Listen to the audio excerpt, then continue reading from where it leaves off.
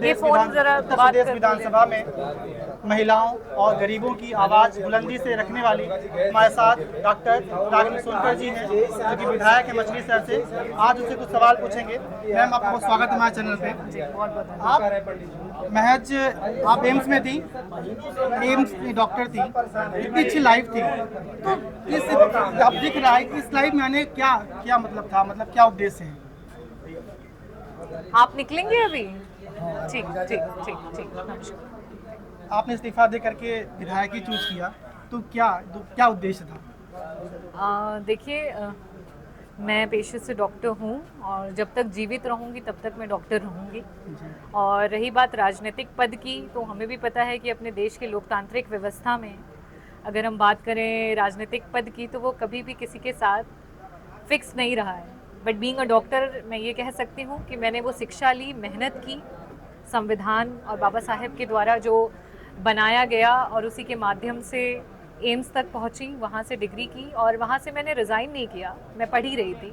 मैंने अपनी एमडी की डिग्री वहाँ से की जी, वहाँ से मेरी ट्रेनिंग स्टार्ट हो गई थी। और उसी दौरान कोरोना काल में देश जिस तरीके से दहला, और सबसे बड़ी बात देश का जो रूरल एरिया है, जो हमारा ग्रामीण अंचल है, 60% ग्रामीण अंचल है, वो जिस तरीके से इसकी मार में परेशान हुआ, तो उन चीज़ों को देखते हुए मुझे ऐसा लगा कि जिस तरीके से दूसरी कंट्रीज़ में जो आपकी डिफरेंट मिनिस्ट्रीज़ होती हैं, उनके पास उससे रिलेटेड नॉलेज होती है और वो इस हिसाब से निर्णय लेते हैं और वो इफ़ेक्टिवली उस सिचुएशन में अपने देश को और अपने लोगों को बचा पाते हैं। तो मुझे भी ऐसा लगा कि बीइंग अ डॉक्टर मुझे भी एक कदम उठाना चाहिए और देश की जो स्वास्थ्य व्यवस्था है उसको बेटर करने के लिए, और देश जिस तरीके से इस महामारी में परेशान हुआ, आगे ना परेशान हो, उसमें एक छोटी सी पहल मैंने की। अगला सवाल ये है, जब आप राजनीति में आना चाह रही थी, तो ऐसा हमें सोर्सों से सब मिला है कि पिताजी और रिश्तेदार अपोज में थे कि कहाँ इतना अच्छा लाइफ चल रहा है, कहाँ आ रहे हो, लेकिन माता सपोर्ट की। इस पर क्या कहना चाहिए? देखिए, वास्तविकता है आज देश में राजनीति को जिस तरीके से बना दिया गया है, एक महिला के लिए वाकई बहुत कठिन है। कोई भी अगर अपनी बेटी, अपनी बहन और अपनी पत्नी को उस जगह पे रखता है तो उसे डर लगता है। आज राजनीति में आज कहीं ना कहीं मुझे लगता है जो महिलाएं इतनी कम है राजनीति में, उसका कहीं ना कहीं यही कारण है। पूरे देश में सिर्फ मैंने जब इस समय सदन में भी बात चली थी, तो सिर्फ 9% महिलाएं हैं जो राजनीतिक पॉलिटिकल प्लेटफॉर्म्स में जनप्रतिनिधि के रूप में काम कर रही हैं। तो उसका कोई ना कोई तो कारण होगा। और पुरुष प्रधान देश है, मैं तो कहूँगी पूरा विश्व है, उसमें महिलाओं को जब तक आप नहीं सपोर्ट करेंगे और आप नहीं उन्हें आगे लेकर के आएंगे, तो कहीं ना कहीं आधी आबादी का हक जो है वो उन्हें मिल नहीं पाएगा। विधानसभा 2022 में जब आप सत्र में बोली, तो आपकी गर्जना पूरे भारत में सुनाई दी। इंडियन एक्सप्रेस ने सबने छापा। इवन आपके जो स्पीकर साहब थे सुरेश खन्ना, जिन्होंने बोला कि आप पहली बार ऐसी कोई महिला मैंने देखा, इतनी कम संख्या। जंटू, आपने महिलाओं के बारे में खूब कहा, खासकर जो महिलाएं बेसिक शिक्षा में टीचर हैं, जो महिलाएं आंगनबाड़ी में हैं, जो एएनएम जीएनएम है, आपने इनके बाद बड़ी बुलंदी से उठाई। तो क्या कुछ अभी तक इसमें हो पाया? सरकार ने क्या कुछ किया इस पर? देखिए, महिलाएं जो वर्किंग हैं वो भी, और जो आज अपने घर पे हैं, महंगाई की मार झेल रही हैं वो भी, और जो बच्चियां हैं जो शिक्षा ले रही हैं वो भी, कहीं ना कहीं हर किसी को एक इन्फोर्समेंट की ज़रूरत है, एक अपलिफ्टमेंट की ज़रूरत है। लेकिन जब तक आधी आबादी नेतृत्व में नहीं आएगी तो उनकी आवाज़ उठाएगा कौन, उनके लिए बोलेगा कौन? वो एक मंच मिला, एक माहौल मिला, और हमारे राष्ट्रीय नेतृत्व समाजवादी पार्टी राष्ट्रीय अध्यक्ष अखिलेश यादव जी का आशीर्वाद मिला कि महिलाओं के लिए बोलने का अवसर मिला, और जो भी रिलेटेड प्रॉब्लम्स थी उनको वहाँ पे रखा गया। चाहे वो हमारे एनआरएलएम के तहत जो हमारी महिलाएं काम करती हैं उनके लिए ग्रामीण अंचल पे, जो बच्चियां हैं जिन्हें कहीं से शिक्षा नहीं मिल पा रही है, जो वादा सरकारों ने किया कि गरीब परिवार की जो बच्चियां उनकी शादी के लिए उन्हें अनुदान देंगे, और कहीं ना कहीं बजट का हवाला दे करके उनके पास तक वो पैसा, वो धनराशि नहीं पहुंची। आज भी समय समय पे देख रहे हैं कि बच्चियों का ड्रॉप रेट जो है, जब वो आपकी प्राइमरी के स्कूलिंग के बाद जब वो हायर सेकेंडरी के लिए जा रही हैं और कॉलेज तक नहीं पहुंच पा रही हैं, बहुत सारी बच्चियां जो है ड्रॉप कर दे रहे हैं, क्योंकि आपके पास local good quality of colleges नहीं हैं, स्कूल्स नहीं हैं, लोग अपने बच्चों को बाहर नहीं भेज पा रहे हैं, दूर नहीं भेज पा रहे हैं, और महंगाई की वजह से आज शिक्षा इतनी महंगी हो चुकी है कि लोग अपने बच्चों को पढ़ा नहीं पा रहे हैं। तो इसके लिए अगर हम नहीं आवाज़ उठाएंगे तो कौन आवाज़ उठाएगा? मैं आपका एक स्पीच सुन रहा था विधानसभा का, उसमें आपने कहा कि राज्य में जो स्वास्थ्य सेवाएं हैं बिल्कुल ध्वस्त हैं। जो आम नागरिक को कहा जाता है कि दवाइयाँ मिल रही हैं, दवाई आउटडेटेड है। आपने 5th 4th जनरेशन की बात की, आपने रेजिस्टेंस की बात की, मैंने सुना उस चीज़ को। इसका तात्पर्य क्या था? मैं राजनीति में आई तो मैं इस सोच के साथ आई कि अपना देश जो है डेवलपिंग से अब डेवलप्ड होगा, और जब डेवलप्ड होगा तो आज जो हम बार बार भीख भीख भीख की बात करते हैं, कभी कहते हैं कि आपको राशन मिल रहा है, आपको ये मिल रहा है, वो मिल रहा है, हमारा देश और हमारे लोग किसी के भूख भीख के मोहताज नहीं है। हमें अब क्वालिटी की बात करनी चाहिए, quality of education, quality of आपका हेल्थ, साथ ही साथ क्वालिटी ऑफ लाइफ स्टैंडर्ड की बात करनी चाहिए। अब हमें इसमें नहीं जाना चाहिए कि हमें मुफ्त में क्या मिल रहा है, हमारी जो चिकित्सा है वो बेस्ट होनी चाहिए कि हमारे लोग जो आए दिन हेल्थ प्रॉब्लम्स की वजह से पहुंच नहीं पा रहे हॉस्पिटल तक और रास्ते में मृत्यु हो जा रही है, उसमें रोड भी रिस्पॉन्सिबल है, एम्बुलेंस का पहुंचना ना पहुंचना भी रिस्पॉन्सिबल है, हेल्थ की सुविधाएं नहीं है ये भी है, और साथ ही साथ वहाँ पे डॉक्टर्स अवेलेबल नहीं है, और डॉक्टर्स हैं तो उसमें स्पेशलिस्ट डॉक्टर्स अवेलेबल नहीं है। तो आपको पूरी चीज़ों को समझना पड़ेगा, हमारे पास स्पेशलिस्ट डॉक्टर्स तो नहीं है, लेकिन बीमारियां हमारी स्पेशलाइज होती चली जा रही है, हायर लेवल ऑफ कैंसर के रेट्स बढ़ते चले जा रहे हैं, डायबिटीज़ की वजह से स्ट्रोक होता चला जा रहा है, हाइपरटेंशन की वजह से। तो हम अभी भी हम वही बात कर रहे हैं, मुफ्त राशन, अभी भी हम मुफ्त की बातें कर रहे हैं, जबकि हमारा देश अगर हम डेवलपिंग से डेवलप बनाना चाहते हैं तो हमें बात करना चाहिए कि हमें क्वालिटी के साथ जीना है। अगर हमारे लोग निर्भर हैं, आत्मनिर्भर है, और हम अपना देश आत्मनिर्भर है, तो हम क्वालिटी कब लेकर के आएंगे और कब देश इसके बारे में और जो सरकार है इसके बारे में सोचेगी। माननीय अखिलेश यादव जी, राष्ट्रीय अध्यक्ष जी, जो आप लोगों से मिलते सभी विधायकों से, उनका क्या विजन रहता है कि पीडीए अभी चुनाव में काफ़ी रहा है, आप लोगों का डरा रहा है कि पीडीए का अच्छा करना है, पीडीए तात्पर्य क्या है और उनका विजन क्या है? देखिए, पीडीए का विजन अब मुझे बताने की ज़रूरत नहीं है। इस बार के रिजल्ट ने तीसरी सबसे बड़ी पार्टी बन करके हम पूरे देश में उभरे हैं, तो वो साक्षात रिजल्ट प्रमाण करता है। प्रत्यक्ष जो है चीज़, उसको किसी भी प्रमाण की ज़रूरत नहीं है। और डेफिनेटली इन 10 सालों की जो सरकार रही उसमें पिछड़ा, दलित, अल्पसंख्यक, आदिवासी समाज और महिलाएं, आधी आबादी, और कहीं ना कहीं जो गरीब अगड़ा है वो भी परेशान रहा।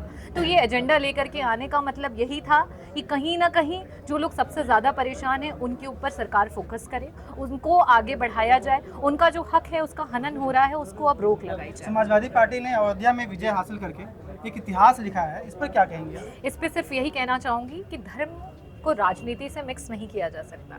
धर्म का एक अलग स्थान है, सबकी अपनी अपनी जात, धर्म और जो भी आपकी मतलब रिलीजन है उसके हिसाब से आपका विश्वास हो सकता है, और विश्वास और आस्था को आप किस तरीके से पॉलिटिक्स से मिक्स कर सकते हैं। आप किसी को भगवान का झांसा दे करके, अल्लाह का झांसा दे करके, वाहे गुरु का झांसा दे करके, क्रिश्चियनिटी का झांसा दे करके कब तक वोट ले सकते हैं? यहाँ बात आस्था को अलग और राजनीति को अलग करने की है, और जब आप दोनों चीज़ों को अलग अलग करके चलेंगे तब आप प्रॉपर तरीके से, चाहे वो स्टेट हो, चाहे एक छोटा सा गाँव हो या फिर पूरा देश हो, उसको डेवलपमेंट की तरफ ले जा पाएंगे। आप एक मेडिकल स्टूडेंट रही हैं, अभी हाल फिलहाल में नीट पेपर लीक हुआ है, जो इतिहास में पहली बार हुआ। देश के 2-3 एग्जाम्स ऐसे जहाँ पे बच्चे ब्लाइंडली ट्रस्ट करते थे, लेकिन इस बार 23 लाख बच्चों ने फॉर्म भरा था। उन बच्चों की उम्र महज 15 साल, 17 साल, 16 साल।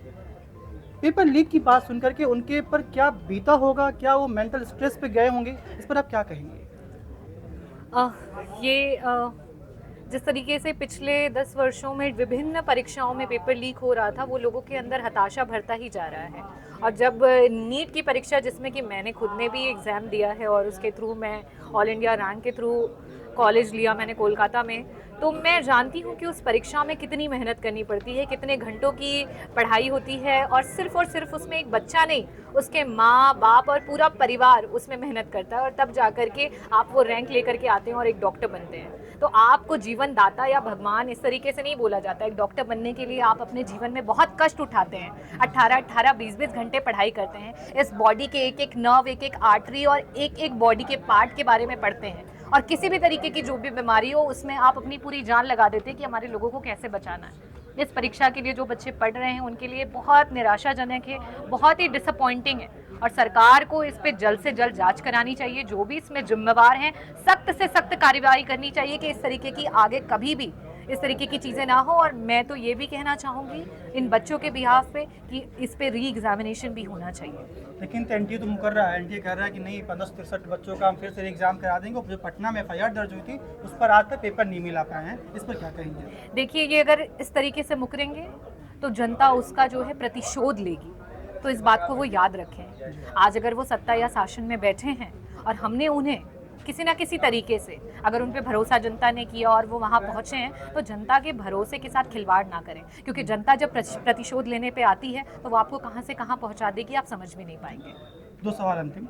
आप एक महिला हैं और एक महिला को कई किरदार निभाने होते हैं जीवन में। आपके जीवन साथी संबित जी हैं, उनका कितना सहयोग मिलता है राजनीति के क्षेत्र में, क्योंकि वो एक बिजनेसमैन है, वो भी डॉक्टर है, तो क्या सहयोग मिलता है उनका राजनीति में? देखिए, मैं अपने हस्बैंड को क्रेडिट दूंगी कि उनकी वजह से आज मैं यहाँ हूँ।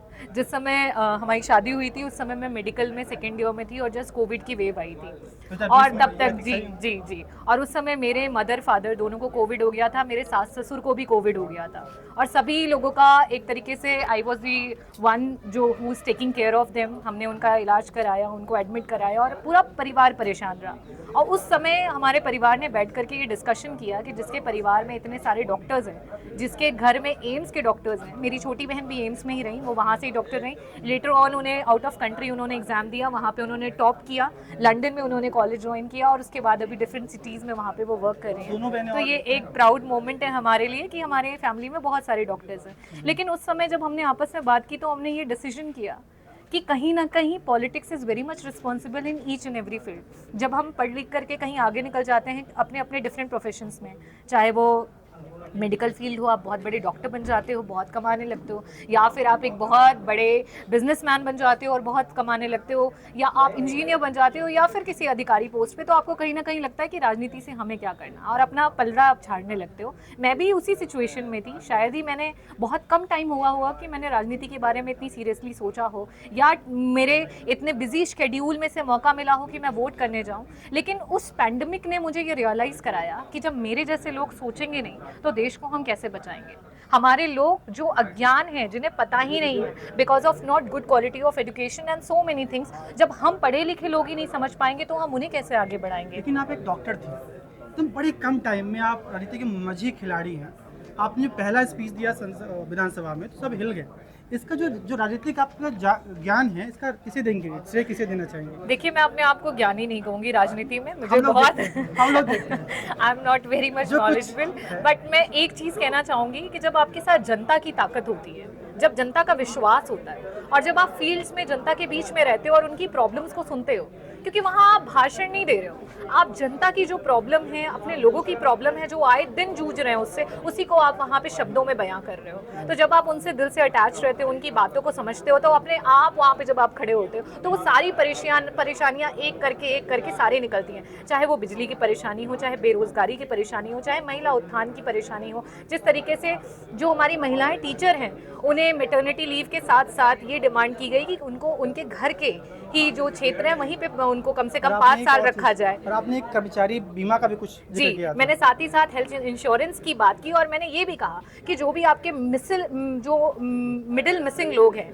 जो ये कैपेबल हैं कि वो 1 महीने या साल का अपना इंश्योरेंस का, हेल्थ का पैसा दे सकते हैं, सरकार को इस तरीके के स्कीम्स ला करके मेडिकल हेल्थ इंश्योरेंस उन्हें देना चाहिए कि कल को वो किसी के लिए मोहताज ना रहे। सरकार की तरफ से अगर उनका 50 लाख का भी इलाज होना है तो वो इंश्योरेंस में कवर हो जाए, उन्हें किसी के सामने हाथ ना फैलाना पड़े। तो मैं यही मानती हूँ और आज जनता भी यही मानती है कि भीख मांगने का समय नहीं है, ये आपका दिमाग से चलने का समय है। And this is to prioritise कि आपके हेल्थ को, शिक्षा को किस तरीके से प्रायोरिटाइज करके उसे क्वालिटी लानी है।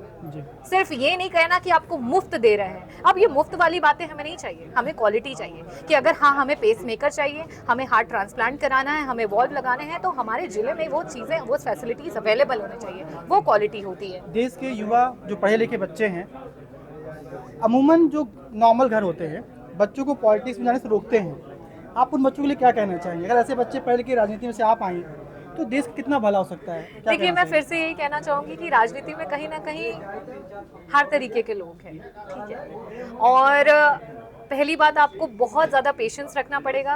और अगर आप दिल से बहुत simple, I could say, because I was not into this profession, मुझे इसके बारे में नहीं पता था और मैं तो वाइट कोट वाली पर्सन हूँ, तो मुझे हमेशा सब कुछ वाइट ही दिखता था। बट राजनीति में आके पता चला कि there are some flaws are also there.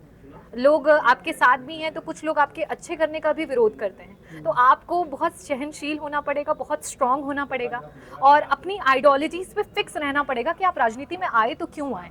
क्योंकि अगर आप इससे घबरा जाएंगे तो शायद आप आगे नहीं बढ़ पाएंगे। और हाँ, परीक्षाएं कदम कदम पे ये राजनीतिक सफ़र लेता रहता है, तो उन परीक्षाओं पे एक ही चीज़ आपको आगे ले जा सकती है, वो है आपका पेशेंस, कि आप कितने पेशेंस के साथ इसको डील करें। मैंने एक मुहिम चला रखा है, जो युवा हमारे हैं, सुसाइड बहुत रेट बढ़ रहा है कोटा वगैरह में, तो उन फैमिली के लोगों के लिए क्या कहना चाहिए, बच्चों को क्या कहना चाहेंगी कि कैसे आप हिम्मत रखें? देखिए, ऑब्वियस सी बात है, सीट्स बहुत कम होती हैं कॉम्पिटिटिव एग्जाम्स में, बच्चे बहुत ज़्यादा होते हैं। लमसम 23 से 25 लाख बच्चे हैं जो पूरे देश के, जो कि मेडिकल एग्जाम्स में बैठते हैं, और सीट्स बहुत लिमिटेड है। 48 तो मैं उस पर सिर्फ यही कहना चाहूँगी कि आप एक अचीवमेंट की तरफ बढ़ रहे हैं, आप उसको हासिल करना चाहते हैं, मे बी आप उसको हासिल ना कर पाए, लेकिन वो आपको निखार रहा है। और ऐसा नहीं है कि आपने जो चीज़ फिक्स कर ली वही मिला, नहीं मिला तो उसके बाद आपकी लाइफ खत्म। It's not that.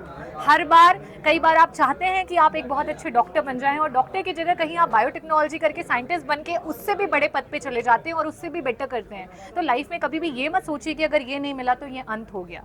जिस समय मैं मेडिकल प्रोफेशन में थी, मेरा भी प्लान था कि मैं हायर स्टडीज़ के लिए अमेरिका जाऊँ, और अमेरिका में मेरे बहुत सारे रिलेटिव्स हैं, तो मैं वहाँ पे अपना फर्दर जो भी है प्रैक्टिस करूँ और शायद वहीं पे मैं सेटल हो जाऊँ, मेरा ये प्लान था। लेकिन वो चीज़ नहीं हो पाई, और अचानक से कोविड ने ऐसा टर्न लिया कि मैं यहाँ आ गई। मैंने कभी नहीं सोचा था कि मैं ग्रामीण अंचल में ऐसे मेड़ियों पे और नालों के पास से ऐसे चलूँगी, बहुत सारे लोगों की पॉजिटिव बातें और बहुत सारे लोगों के व्यंग सुनूंगी, लेकिन वो यहाँ से यहाँ आई।